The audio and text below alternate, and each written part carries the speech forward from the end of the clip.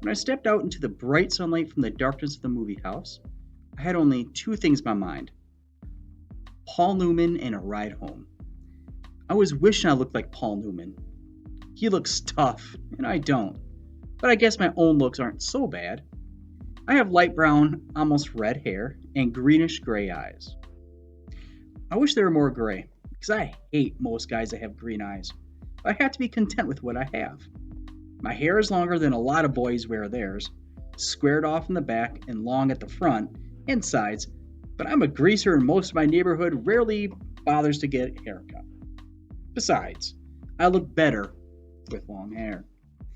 I had a long walk home and no company. I usually loan it anyway, for no reason except that I like to watch movies undisturbed so I can get into them and live them with the actors.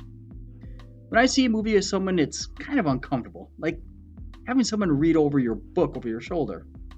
I'm different that way. I mean, my second older brother, Soda, who is a 16 going on 17, never cracks a book at all. And my oldest brother, Daryl, who we call Derry, works too long and hard to be interested in a story or drawing a picture. So I'm not like them. And nobody in our gang digs movies and books the way I do. For a while there, I thought I was the only person in the world that did, so I loaned it. Soda tries to understand at least, which is more than Derry does. But then, Soda is different from anybody. He understands everything almost. Like he's never hollering at me all the time the way Derry is, or treated me as if I was 6 instead of 14. I love Soda more than I've ever loved anyone, even Mom and Dad. He's always happy-go-lucky and grinning, while Derry's hard and firm and rarely grins at all. But then, Derry's gone through a lot in his 20 years, growing up too fast. Soda Pop will never grow up at all. I don't know which way's the best. I'll find out one of these days. Anyway, I went walking home thinking about the movie, then suddenly wishing I had some company. Greasers can't walk alone too much, or they'll get jumped. Or someone will come by and scream, "Greaser!" at them, which doesn't make you feel too hot if you know what I mean. We get jumped by the Sox. I'm not sure how you spell it, but it's an abbreviation for the socials, the jet set, the West Side rich kids. It's like the term greaser, which is used to class all us boys on the east side. We're poorer than the Sox and the middle class. I reckon we're wilder too. Not like the Sox, who jump greasers and wreck houses and throw beer blasts for kicks, and get editorials in the paper for being a public disgrace one day and an asset to society the next. Greasers are almost like hoods. We steal things and drive old souped up cars and hold up gas stations and have a gang fight once in a while. I don't mean I do things like that. Derry would kill me if I got in trouble with the police. Since Mom and Dad were killed in an auto wreck, the three of us get to stay together only as long as we behave. So Soda and I stay out of trouble as much as we can, and we're careful not to get caught when we can't. I only mean that most greasers do things like that. Just like we wear out our hair long and dress in blue jeans and t-shirts, or leave out our shirt tails and wear leather jackets and tennis shoes or boots. And I'm not saying that either Sox or greasers are better. That's just the way things are. I could have waited to go to the movies until Derry or Soda Pop got off work. They would have liked to gone with me, or driven me there, or walked along, although Soda just can't sit still long enough to enjoy a movie, and they bore Derry to death. Derry thinks his life is enough without inspecting other people's. I could have gotten one of the gang to come along, one of them 4 boys Derry and Soda and I have grown up with and consider family. We're almost as close as brothers. When you grew up in a tight-knit neighborhood like ours, you get to know each other real well. If I had thought about it, I could have called Derry, and he could have had come by on his way home and picked me up. Or 2-Bit Matthews, one of our gang, would have come to get me in his car if I had asked him. But sometimes I just don't use my head. It drives my brother Derry nuts when I do stuff like that, because I'm supposed to be smart. I make good grades and have good IQ and everything, but I don't use my head. Besides, I like walking. I about decided I didn't like it too much, though, when I spotted that red Corvair trailing me. I was almost 2 blocks from home then, so I started walking a little faster. I had never been jumped, but I had seen Johnny after Four Socks get a hold of him, and it wasn't pretty. Johnny was scared of his own shadow after that. Johnny was 16 then. I knew it wasn't any use, though, fast walking. I mean, even before the Corvair pulled up beside me and Five Socks got out. I got pretty scared. I'm kind of small for 14, even though I have a good build. And those guys were bigger than me. I automatically hitched my thumbs in my jeans and slouched, wondering if I could get away if I made a break for it. I remember Johnny, his face all cut up and bruised, and I remember how he had cried when we had found him, half conscious in the corner lots. Johnny had found it awful rough at home. It took a lot to make him cry. I was sweating something fierce, although I was cold. I could feel my palms getting clammy and the perspiration running down my back. I get like that when I'm real scared. I glanced around for soda pop or a stick or something. Steve Randall, Soda's best buddy, had once held off 4 guys with a busted pop bottle. But there was nothing. So I stood there like a bump on a log while they surrounded me. I don't use my head. They walked around slowly, silently, smiling. Hey, Grease, one said in an over-friendly voice. We're gonna do you a favor, Greaser. We're gonna cut all that long, greasy hair off. He had a Madras shirt. I can still see it. Blue Madras. One of them laughed, then cussed me out in a low voice. I couldn't think of anything to say. There just isn't a whole lot you can say when getting mugged, so I kept my mouth shut. Need a haircut, Greaser? The medium-sized blonde pulled a knife out of his back pocket and flipped the blade open. I finally thought of something to say. No. I was backing up, away from that knife. Of course, I backed right into one of them. They had me down in a second. They had my arms and legs pinned down, and one of them was sitting on my chest with his knees on my elbows. And if you don't think that hurts, you're crazy. I could smell English leather shaving lotion and stale tobacco. And I wondered, foolishly, if I could suffocate before they did anything. I was so scared so bad I was wishing I could. I fought to get loose, and almost did for a second. Then they tightened up on me, and one of them, my chest slugged me a couple of times. So I lay still, swearing at them between gasps. A blade was held against my throat. How do you like the haircut to begin? Just below the chin. It occurred to me that they could kill me. I went wild. I started screaming for soda, dairy, anyone. Someone put his hand over my mouth, and I bit as hard as I could, tasting the blood running through my teeth. I heard a muttered curse and got slugged again, and they were stuffing a handkerchief in my mouth. One of them kept saying, "Shut him up, for Pete's sake! Shut him up!" Then there were some pounding of feet. The Socks jumped up and left me lying there, gasping. I lay there and wondered what in the world was happening. People were jumping over me and running by me, and I was too dazed to figure it out. Then someone had me under the armpits and was hauling me to my feet. It was Derry. Are you all right, Pony Boy? He was shaking me, and I wish he had stopped. I was dizzy enough already. I could tell it was Derry, though. Partly because of the voice, and partly because Derry's always rough with me without meaning to be. I'm okay. Quit shaking me, Derry. I'm okay. He stopped instantly. Sorry. He wasn't really.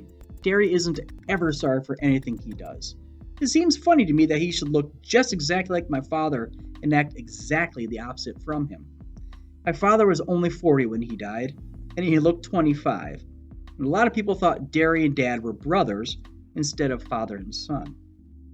But they only looked alike. My father was never rough with anyone without meaning to be. Derry is 6'2" and broad-shouldered and muscular. He has dark brown hair and has kicks out in front and a slight colic in the back, just like Dad's. But Derry's eyes are his own. He's got eyes that are like 2 pieces of pale blue-green eyes. They get a determined set to them, like the rest of them, He looks older than 20, though. Tough, cool, and smart. He'd be real handsome if his eyes weren't so cold. He doesn't understand anything that's not plain hard fact. But he uses his head.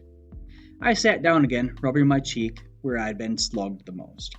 Derry jammed his fists in his pockets. They didn't hurt you too bad, did they? They did. I was smarting and aching and my chest was sore. I was so nervous my hands were shaking, and I wanted to start bawling, but you just don't say that to Derry. I'm okay. Soda Pop came loping back, but then I figured out that all the noise I had heard was the gang coming to the rescue. He dropped down beside me, examining my head. You got cut up a little, huh, Pony Boy? I only looked at him blankly. Did? He pulled out a handkerchief with the end, wet the end of it with his tongue, and pressed it gently against the side of my head. You're bleeding like a stuck pig. I am? Look! He showed me the handkerchief, reddened as if by magic. Did they pull a blade on you? I remembered the voice. Need a haircut, greaser? The blade must have slipped while we were trying to shut me up. Yeah. Soda is handsomer than anyone else I know. Not like Derry. Soda's movie star kind of handsome.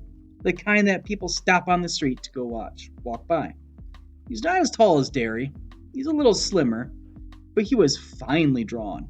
Sensitive face that somehow managed to be reckless and thoughtful at the same time. He's got dark gold hair that he combs back, long and silky and straight. And in the summer, the sun bleaches it to a shining wheat gold. His eyes are dark brown, lively, dancing, recklessly laughing eyes that can be gentle and sympathetic one moment and be blazing with anger the next. He has dad's eyes, but Soda is one of a kind. He can get drunk in a drag race or dancing without ever getting near alcohol. In our neighborhood, it's rare to find a kid who doesn't drink once in a while, but Soda never touches a drop. He doesn't need to. He gets drunk on just plain living, and he understands everybody. He looked at me more closely.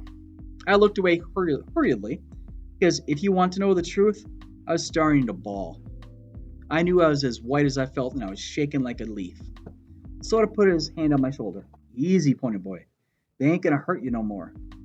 I know, I said. The ground began to blur, and I felt hot tears running down my cheeks. I brushed them away impatiently.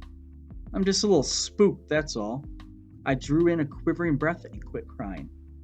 You just don't cry in front of Derry. Not unless you're hurt like Johnny had been that day we had found him in the vacant lot. Compared to Johnny, I wasn't hurt at all. Soda rubbed my hair. You're an okay kid, Pony. I had to grin at him. Soda can just make you grin no matter what. I guess it's because he's always grinning so much himself. You're crazy, Soda. Out of your mind. Derry looked as if he had knocked our heads together. You're both nuts. Soda merely cocked an eyebrow, a trick he picked up from Two-Bit. Seems to run in the family. Derry stared at him for a second, then cracked a grin. Soda Pop isn't afraid of him like everyone else is, and enjoys teasing him. I'd just as soon as tease a full-grown grizzly. But for some reason, Derry seems to be like getting teased by Soda. Our gang had chased the Sox to the car and heaved rocks at them. They came running towards us now. 4 lean, hard guys. They were all tough as nails and looked it. I had grown up with them, and they accepted me, even though I was younger, because I was Derry's and Soda's kid brother, and I kept my mouth shut. Steve Randall was 17, tall and lean with thick greasy hair he combed in complicated swirls. He was cocky, smart, and Soda's best buddy since grade school. Steven's specialty was cars. He could lift a hubcap quicker and more quietly than anyone else in the neighborhood. But he also knew cars upside down and backward, and he could drive anything on wheels. He and Soda worked at the same gas station. Steve part-time and Soda full-time. And their gas station got more customers than any other in town. Whether it was because Steve was so good with cars or because Soda attracted girls like honey draws flies, couldn't tell you. I liked Steve only because he was Soda's best friend. He didn't like me. He thought I was a tag-along and a kid. Soda always took me with him when they went places if they weren't taking girls, and that bugged Steve. It wasn't my fault. Soda always liked me. I didn't ask him. Soda doesn't think I'm a kid. Two-Bit Matthews is the oldest of the gang, and the wisecracker of the bunch. He is about 6 feet tall, stocky in build, and very proud of his long, rusty-colored sideburns. He had gray eyes and a wide grin, and he couldn't stop making funny remarks to save his life. You couldn't shut that guy up. He always had to get his 2 bits worth in. Hence his name. Even his teachers forgot his real name was Keith, and we hardly remembered he had one. Life was one big old joke to 2-Bit. He was famous for shoplifting with his black-handled switchblade, which he couldn't have acquired without his first talent, and he was always smarting off to the cops. He really couldn't help it. Everything he said was just so irresistibly funny that he just had to let the police in on it to brighten up their dull lives. That's the way he explained it to me. He liked fights, blondes, and for some unfathomable reason, school. He was still a junior at 18 and a half, and he never learned anything. He just went for kicks. I liked him real well because he kept us laughing at ourselves as well as at other things. He reminded me of Will Rogers. Maybe it was the grin.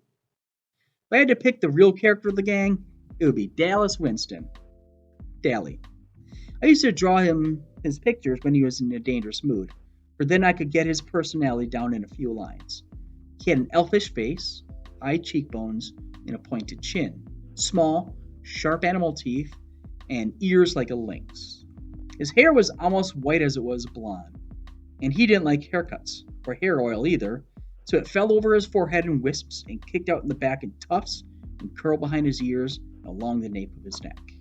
His eyes were blue, blazing ice cold, with hatred of the whole world. Dally had spent 3 years at the wild side of New York and had been arrested at the age of 10. He was tougher than the rest of us. Tougher, colder, meaner. The shade of difference that separated a greaser from a hood wasn't present in Dally. He was as wild as the boys in the downtown outfits, like Tim Shepard's gang. In New York, Dally blew off steam in gang fights, but here, organized gangs are rarities. There are just small bunches of friends who stick together, and the warfare is between the social classes. A rumble, when it's called, is usually born of a grudge fight, and the opponents just happen to bring their friends along. Oh, there are a few named gangs around, like the River Kings or the Tiber Street Tigers, but here in the Southwest there's no gang rivalry. So Dally, even though he could get in a good fight sometimes, had no specific thing to hate. No rival gang. Only socks. And you can't win against them no matter how hard you try, because they've got all the breaks, and even whipping them isn't going to change that fact.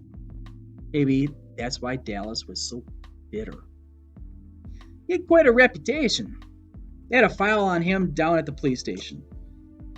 He had been arrested, he got drunk, he rode in rodeos, lied, cheated, rolled drunks, jumped small kids. He did everything. I didn't like him, but he was smart and you had to respect him. Johnny Cade was last and least. If you can picture a little dark puppy that had been kicked too many times and is lost in a crowd of strangers, you'll have Johnny. He was the youngest next to me, smaller than the rest, with a slight build. He had big black eyes and a dark tanned face. His hair was jet black and heavily greased and combed to the side, but it was so long that it fell in shaggy bangs across his forehead. He had a nervous, suspicious look in his eyes, and that beating he got from the socks didn't help matters. He was the gang's pet, everyone's kid brother. His father was always beating him up, and his mother ignored him. Except when he hacked off at something, then you could hear her yelling at him clear down at our house. I think he hated that worse than getting whipped. He could have run away 1,000,000 times if we hadn't been there. If it hadn't been for the gang, Johnny would never have known what love and affection are. I wiped my eyes hurriedly. Did you catch them? Nope. They got away this time, the dirty Two-Bit went on cheerfully, calling the Sox every name he could think of or he made up. The kid's okay? I'm okay. I tried to think of something to say. I'm usually pretty quiet around people, even the gang. I changed the subject. I didn't know you were out of the cooler yet, Dally. Good behavior. Got off early. Dallas lit a cigarette and handed it to Johnny. Everyone sat down to have a smoke and relax. A smoke always lessens the tension. I had quit trembling and my color was back. This cigarette was calming me down. Two-Bit cocked an eyebrow. Nice looking bruise you got there, kid. I touched my cheek gingerly. Really? Two-Bit nodded savagely.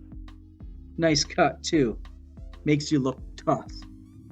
Tough and tough are two different words. Tough is the same as rough. Tough means cool, sharp, like tough-looking Mustang or a tough record. In our neighborhood, both are compliments. Steve flicked his ashes at me. What were you doing walking by your lonesome? Leave it to good old Steve to bring up something like that. I was coming home from the movies. I didn't think. You don't ever think, Derry broke in. Not at home or anywhere where it counts. You must think at school with all those good grades you bring home, and you're always got your nose in a book. Do you ever use your head for common sense? No sirree, bub. And you have to go by yourself. You should have carried a blade. I just stared up in the hole of my tennis shoe. Me and Derry just didn't dig each other. I could never please him. He would have hollered at me for carrying a blade if I had carried one. If I brought home B's, he wanted A's. If I got A's, he wanted to make sure they stayed A's. If I was playing football, I should be studying. And if I was reading, I should be out playing football. He never hollered at Soda Pop. Not even Soda dropped out of school got tickets for speeding. He just hollered at me. Soda was glaring at him. Leave my kid brother alone, you hear? It ain't his fault he likes to go to the movies. It ain't his fault the Sox like to jump us. And if he had been carrying a blade, it would have been a good excuse to cut him to ribbons. Soda always takes up for me. Derry said impatiently, when I want my kid brother to tell me what to do with my other kid brother, I'll ask you, kid brother. But he laid off me. He always does what Soda Pop tells him to. Most of the time. Next time, get one of us to go with you, Pony Boy, Two-Bit said. Any of us will go. Speaking of movies, Dally yawned, flipping away his cigarette. I'm walking over to the nightly double tomorrow. Anybody want to come and hunt some action? Steve shook his head. Me and Soda are picking up Evie and Sandy for the game. He didn't need to look at me the way he did right then. I wasn't going to ask if I could come. I'd never tell Soda, because he really likes Steve a lot, but sometimes I can't stand Steve Randall. I mean it. Sometimes I hate him. Derry sighed, just like I knew he would. Derry never had time to do anything anymore. I'm working tomorrow night. Dally looked at the rest of us. How about y'all? Two-Bit, Johnny Cake, and Pony want to come? Me and Johnny will come, I said. I knew Johnny wouldn't open his mouth unless he had to force to. Okay, Derry? Yeah, since it ain't a school night. Derry was real good about letting me go a place on the weekends. On school nights, I could hardly leave the house. I was planning on getting boozed up tomorrow night, Two-Bit said. If I don't, I'll walk over and find y'all. Steve was looking at Dally's hand. His ring, which he had rolled a drunk senior to get, was back on his finger. You break up with Sylvia again? Yeah. This time it's for good. That little broad was a two-timing me while I was in jail. I thought of Sylvia and Evie and Sandy and Two-Bit's many blondes. They were the only kind of girls that would have looked at us, I thought. Tough, loud girls who wore too much eye makeup and giggled and swore too much. I liked Soda's girl, Sandy, just fine, though. Her hair was natural blonde and her laugh was soft, like her china blue eyes. She didn't have a real good home or anything, and was our kind of greaser, but she was a really nice girl. Still, lots of times I wondered what other girls were like. The girls who were bright-eyed and had their dresses a decent length, and acted as if they got they'd spit on us if we had given a chance. Some were afraid of us. And remembering Dallas Winston, I don't blame them. But most of us looked at us like we were dirt.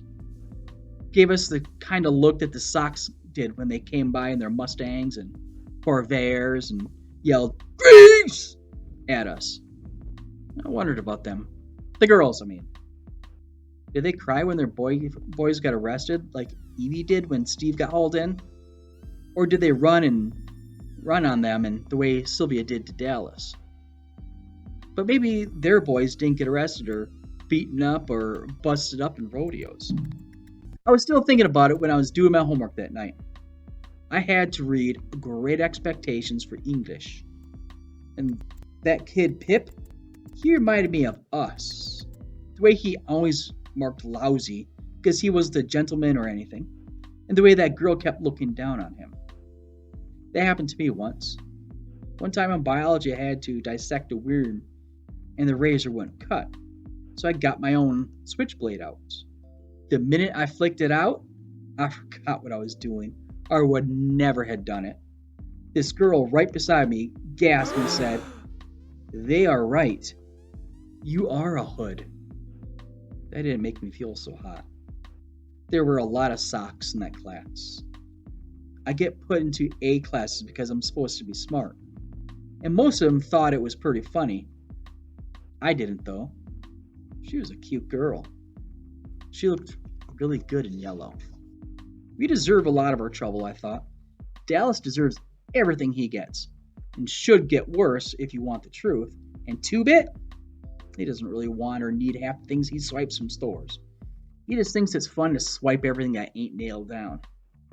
I can understand why Soda Pop and Steve get into drag races and fights so much, though. Most of them have too much energy. Too much feeling with no way to blow it all. "Rub harder, Soda," I heard Derry mumbling. "You're gonna put me to sleep." I looked through the door. Soda Pop was giving Derry a back rub. Derry is always pulling muscles. He roofs houses and he's always trying to carry 2 bundles of roofing up the ladder. I knew Soda would put him to sleep because Soda can put anyone out when he puts his head to it. He thought Derry worked too hard anyway. I did too. Derry didn't deserve to work like an old man when he was only 20.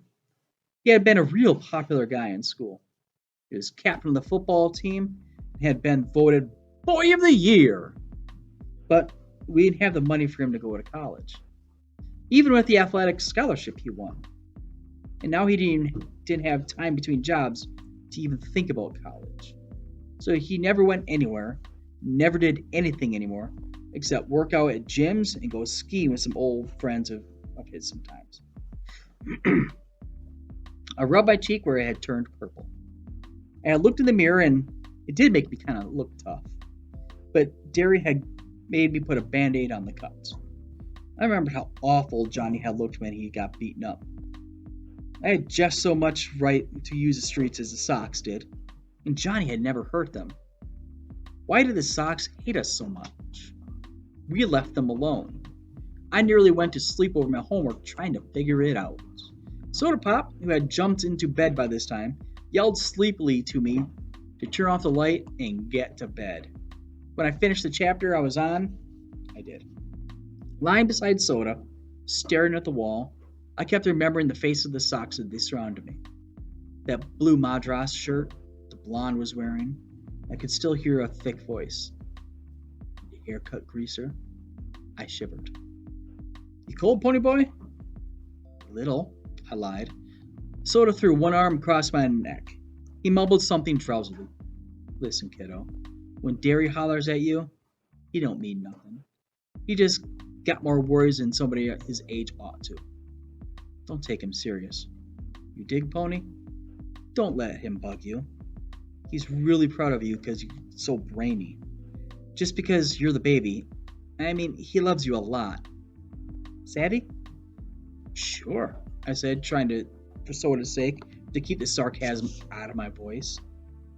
"Soda?" "Yeah?" "How come you dropped out?" I had never gotten over that. I could hardly stand it when he left school. "'Cause I'm dumb. The only things I was passing were auto mechanics and gym." You're not dumb. Yeah, I am. Shut up and I'll teach you something. Don't tell Derry, though. Okay. I think I'm gonna marry Sandy. After she gets out of school and I get a better job and everything. I might wait until you get out of school, though, so I can still help Derry with the bills and stuff. Tough enough. Wait till I get out, though, so you can keep Derry off my back. Don't be like that, kid. I told you, he don't mean half of what he says. You in love with Sandy? What's it like? Mm-hmm, he sighed happily. It's real nice. In a moment, his breathing was light and regular. I turned my head to look at him in the moonlight. He looked like some sort of Greek god come to earth. I wondered how he could stand being so handsome. Then I sighed. I didn't quite get what he meant about Derry.